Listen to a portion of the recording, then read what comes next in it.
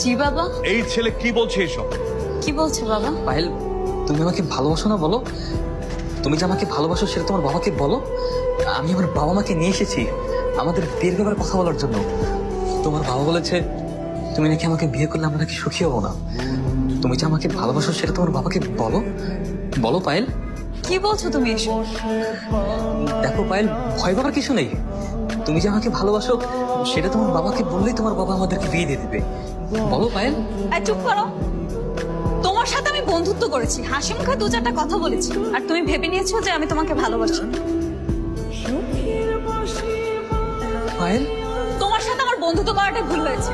আমি যদি জানতাম যে তোমার মেন্টালিটি এত চিপ, তাহলে কখনোই তোমার সাথে বন্ধুত্ব করতাম না। তুমি এক্ষুনি তোমার বাবা আমাকে নিয়ে চলে যাবে।